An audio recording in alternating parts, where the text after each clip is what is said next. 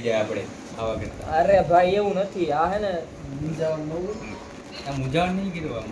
આમાં જો વાસણે વધુ થાય ખર્ચો ઉલટા 20 રૂપિયાની પાણીપુરી 200 રૂપિયા જાય એવું. હા આ બરોબર જ આવે જો આ ને તો પછી ખીરું છોકરીઓને દઈ આપી. બે લોકોને બની ગયું છે.